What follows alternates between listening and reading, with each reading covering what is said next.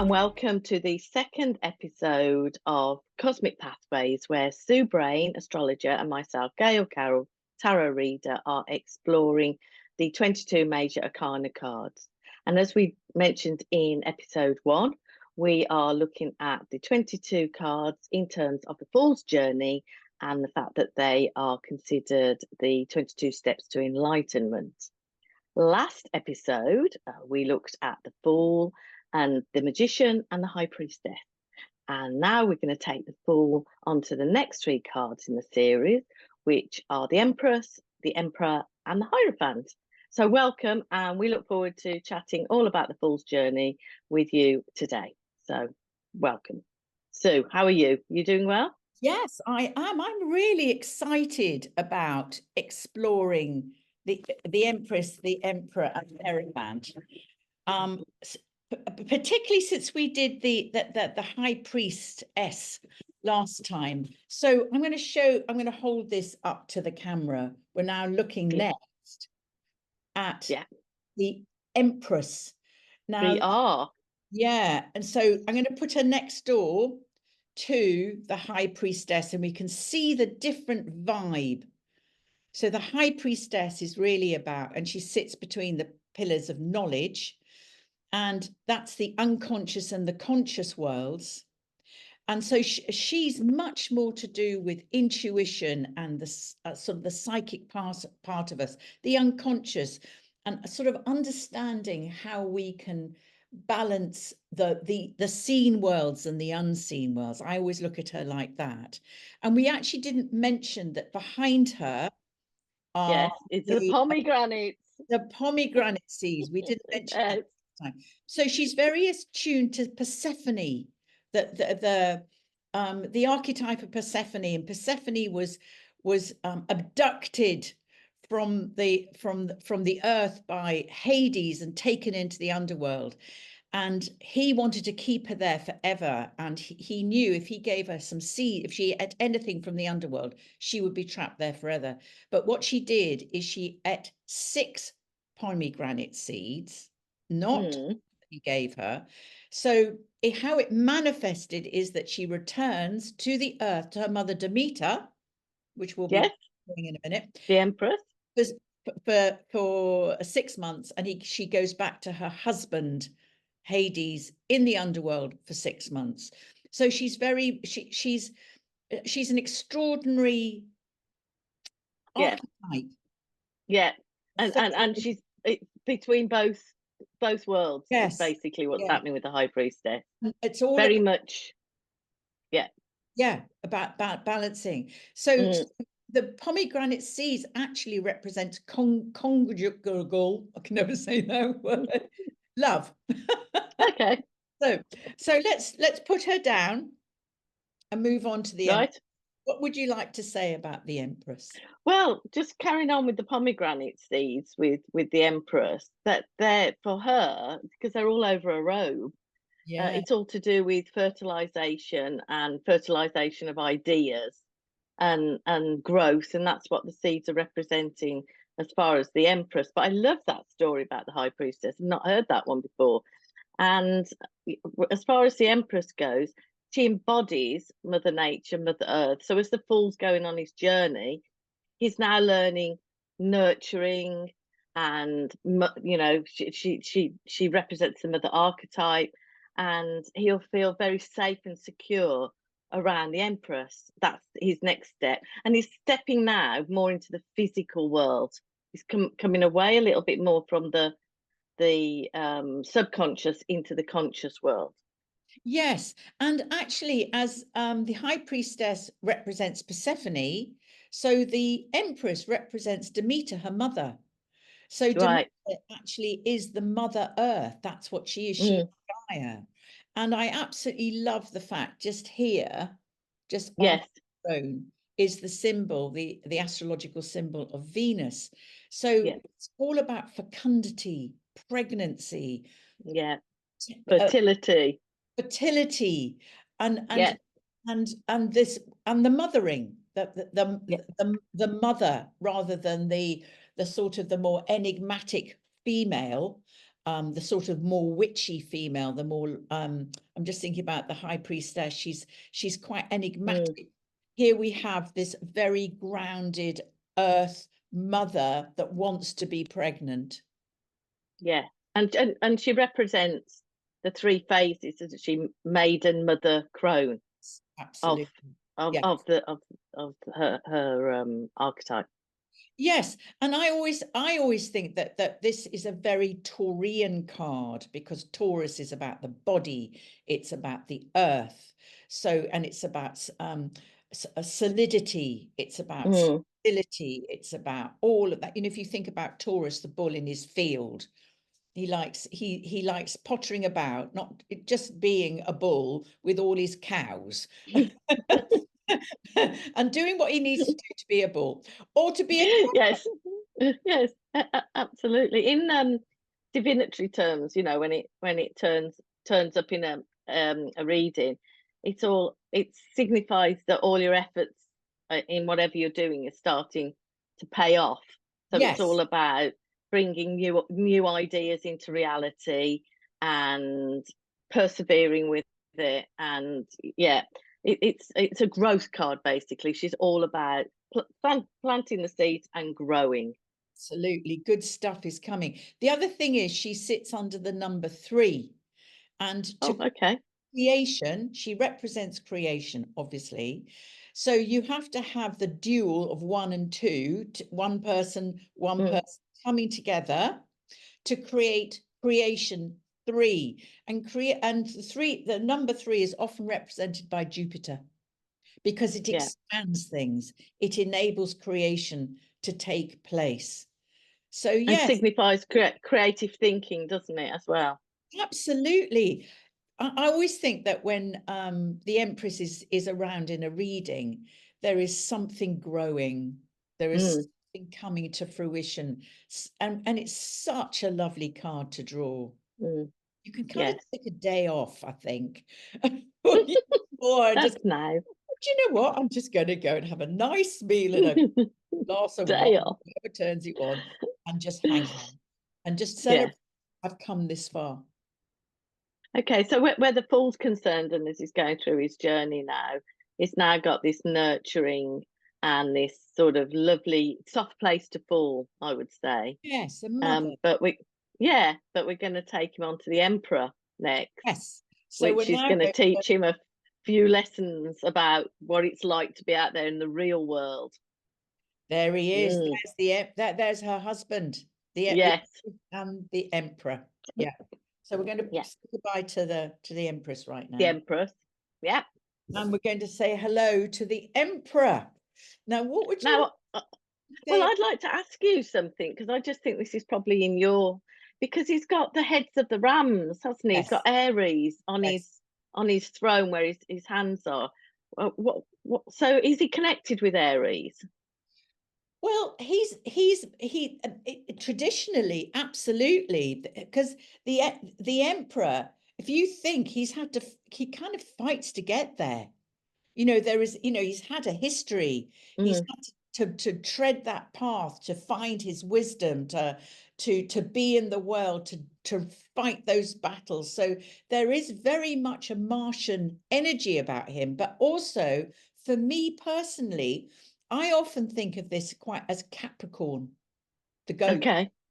So it depends on where you're coming from it, because when he's come to being the Emperor, you know, this man knows about life, and he's a man of wisdom. He's a man of authority and justice, and you know, he's holding the sepulcher of that's the ankh, the symbol of the ankh, which is wisdom, and it's hard-earned wisdom. Being on this planet, you have to earn your wisdom. Yes. Not enough having knowledge, you have to turn it into wisdom, and then you become the elder. Yeah. And I think that's very much Capricornic energy. That's for me. But traditionally, he's associated with Aries and therefore Mars. No, I can see that. And then he's got all his red robes, which is a Yes. symbol of power. Yes. And then of course, archetypical, you get this long white beard that represents wisdom. You always think of somebody, don't you, that's got that wisdom, that age, and the white beard. Yeah. So everything about him is about power, wisdom. And for the Fool, he's now come and met his father figure. Yes. And the father figure is really about preparing him, like you say, to deal with the trials and tribulations of earthly matters. Yeah, I mean, if I had a problem, I'd like to go to him and sit in front of him Yeah, and help me. This is my story. What do you think? yeah, And you know he would give yeah, fair judgment, maybe not justice, but fair judgment about yeah. what.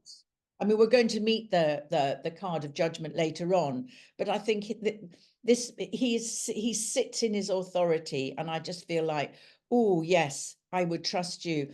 Nice grandfather feeling as well. Mm. And if he was to turn up in a reading, then it would perhaps, uh, depending on the context and where it lay in the reading, it's all about stability and being in control and keeping your focus going. But I think every single card throughout, especially the major Arcana cards, is all about creating balance. And it's all work and no play can make you very dull. Very, So very again, absolutely. Yes. So that, you know, this is it's also, I think it's also about leadership. He is a leader. You know, you don't want to argue with him, do you? You kind of think no, you really want to challenge his leadership, because he's seen it and he's heard it all. So I think there is about also perhaps to do with boundaries or taking your power, or maybe moving into a sense of leadership role yourself when this card comes in, up in a reading. Yeah. and I think the Fool's journey so far has been very much subconscious, emotionally led. This is about logic now versus emotion. And this is in the Yeah. world. Yes, Mm. absolutely. Rather than it being sort of more etheric, this is stuff that happens in the world. So Real life stuff. yeah, so for instance, perhaps with if you have the Empress come up, perhaps there's a marriage going to happen, or it could be a baby is going to be born in the family, or something is coming to fruition, or a project or something, Yeah. that kind of a symbology. And with the Emperor, it's perhaps taking your power, or needing to take your power, or finding someone that you Yeah. trust to help you to take your power. Definitely. Yeah. We like the Emperor. Me too. Me too. He's a cool guy. Wouldn't it be lovely if all our dads were like him? Yes. But grandpas and dads, Yeah, lovely. safe. Right. Really Yeah. safe. So Right, can we move yeah, on to the okay. Hierophant, do you think? So, right. Well, she is partnered with the Hierophant, the Oh, high priestess, obviously. yes. Yep. So, but in a very different world. She represents the unconscious, the underworld, the shadow, if you like, sort of the intuition. I'm going to put her aside. And he is a very different kettle of fish. I'm going to take a sip of tea as we're doing this. How do you present him? How do you read him? Well, I know historically he's been very connected religiously, hasn't he? It's been, even isn't some tarot packs, isn't he the Pope? Isn't he? That's how Yes, he's he can be the depicted. Pope, definitely. Yep. Very Uh, different vibe, isn't he, from the Emperor, though? yes, and it's very much about external learning, spiritual learning, and those two people at his feet are representing the two different types of learning. Yes. You know, that the Hierophant is representing. Um, He's like a spiritual guide, if you like. Some yeah, people could call him a guru, some people could call him a priest, but yeah, he's not dishing out earthly stuff. He's dishing out more spiritual understanding, faith. when he Mm. turns up often it's to do with the, it's kind of like, what are your values, or what are your higher values? Yeah. And what do you need to learn? What's missing? What do you need to learn here? And the keys are very much about representing. I don't like this language, good and evil. I don't like the Yeah. language good and evil, but the sort of let's say the light and the shadow. And to be Yeah. a wise spiritual leader, we need to know who we truly are on a spiritual level. We need to develop that spiritual depth. And I always say that, you know, the way we develop as people is we obviously have to develop physically, mentally, and spiritually, physically, mentally, and emotionally. But to grow Yeah. fourth leg on the table to make it stable, we need to grow spiritually. So we need a connection with something greater than us. And the Hierophant represents perhaps that yearning for that, and our desire to learn the higher knowledge, if you like. It's that desire, gosh, well, there is something more than me. Yeah. And also about finding your path, your path through beliefs, your path through spirit, just finding your path. It's okay to listen to experts and Yes. gurus, but ultimately it's also about trusting your own growth and trusting that you're on your own path, and perhaps not being easily jumping on a bandwagon or jumping on something else because Yes. you don't trust in how you feel. So it's great to have an external guru, an external teacher, and for the fool's path, this is what this is representing, that it is sometimes going outside of yourself to learn things, Yes. but also trusting yourself that you are on the right path, and trust your own beliefs and decisions. And he's sitting between the pillars of wisdom again. Yes. That's really, so that this is all about balance, understanding the balance between the other worlds and being in this physical body. And that's what the Emperor and Empress represent, which is very much the physicality of life, which we're all part of, or we've got a physical body. And then the Hierophant and the High Priestess, the male and female principle, also represent there is something more than just that. And that's what I love about this. Yeah.